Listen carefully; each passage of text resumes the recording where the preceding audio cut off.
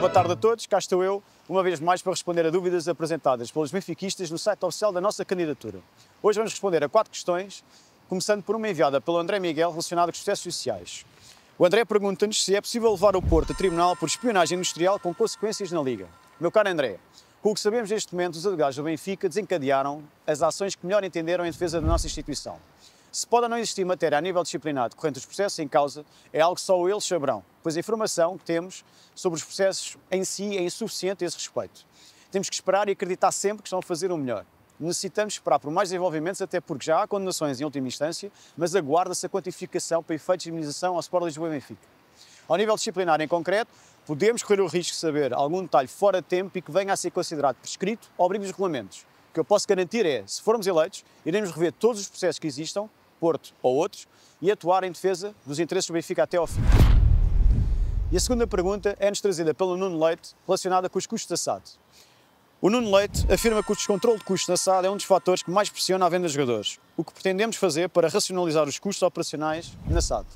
Não podia estar mais de acordo com o Nuno, até porque é notório o impacto que tem na nossa gestão. Quero deixar a nota de salvaguarda para o facto de estarmos dependentes de obter mais informação fidedigna internamente. Ainda assim, a nossa intenção passa por implementar uma reestruturação financeira para tentar renegociar o que for possível da dívida atual para longo prazo, abater o que for possível no imediato e reduzir gastos supérfluos, independentemente da sua natureza. Por outro lado, parece-me haver lugar à necessidade de redução e de uma gestão mais rigorosa com gastos em salários de administradores e também de jogadores, pois não é aconselhável serem superiores a 65% da receita global, a negociação com agentes de futebol, pois defendo que o Benfica não tem que ser representado em negócios de venda de atletas, nas respectivas amortizações e até em custos operacionais propriamente ditos. No que respeita à rúbrica que mais fala, em que se conhece por completo quem são os seus intervenientes, estamos a referir-nos aos fornecimentos e serviços externos. O nosso sentimento é que, mesmo aumentando ano após ano esta rúbrica, há muito por onde se pode cortar por se tratar em prestações de serviços. Terá que haver controle total de custos e podemos ter que apertar o cinto no início, mas não vamos poder deixar de investir nas nossas equipas. O sucesso esportivo é a alavanca do sucesso financeiro. E a terceira pergunta de hoje é relacionada com os quadros competitivos. O Fernando Martins pergunta-nos se defendemos manter os 18 clubes na Primeira Liga ou uma redução para remodelar os quadros competitivos. Obrigado, Fernando, pela questão. Sou defensor de uma reformulação gradual dos quadros competitivos em Portugal na Primeira e Segunda Liga. Acho que temos sociedades esportivas a mais para a realidade do nosso país. O nosso país não consegue suportar esta realidade. Podíamos começar por reduzir para 16 clubes, como já aconteceu entre 2006 a 2014, e começar logo a projetar na próxima redução para 14. Por exemplo, com um sistema a 2 voltas, incluindo potencialmente um play-off. Entre outras razões, justifico esta minha ideia por uma questão cultural. Mais de 90% dos interessados no futebol em Portugal são dos 3 grandes. Por uma questão de competitividade, menos clubes, mais organização, mais dinheiro a distribuir entre eles, mais concorrência e competitividade. Por uma questão desportiva também, melhor gestão em plantéis, tendo em conta o crescimento do número de jogos nas competições internacionais, como estamos a ver este ano. E ainda acho que atrairíamos mais interessados para esta liga. Fundamental nesta discussão dos quadros competitivos em Portugal é que deve ser o Benfica a liderar este processo.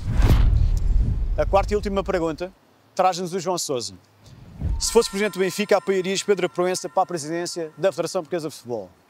Meu caro João, eu sempre assumi publicamente, desde há vários anos, que o Benfica não deve apoiar Pedro Proença para a Federação. Nem sequer o deveria ter apoiado para a Liga. Isto explica-se por uma simples razão. Na generalidade alargada, o nome Pedro Proença não agrada aos sócios e adeptos do Benfica, independentemente das razões de cada um e dos seus motivos.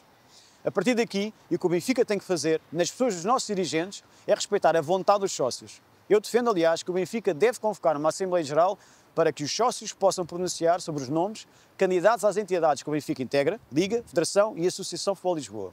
Não quero com isto dizer que o Benfica deve passar um cheque em branco a qualquer outro candidato. Temos que nos sentar à mesa com todos, incluindo com quem os benfiquistas se manifestam contra, para analisar e ouvir projetos e ideias. A partir daqui, parte para a audição aos nossos sócios e adeptos, até porque temos o dever de lhes explicar essas mesmas ideias e projetos. O Benfica deve sempre procurar os melhores quadros para liderar as instituições esportivas nacionais. E neste caso específico, o da Federação Portuguesa de Futebol, nunca iremos apoiar Pedro Proença. E assim finalizamos mais 4 questões por parte dos sócios e adeptos. É a nossa motivação, nós queremos ainda mais. Estejam à vontade para ir visitar as nossas redes sociais, o nosso site oficial. Apresentem considerações, vamos debater o Benfica. Nós estamos cá exatamente para isto, para falarmos uns com os outros. Viva o Benfica! Sigam as nossas redes sociais e visitem o nosso site em benficavencerá.pt.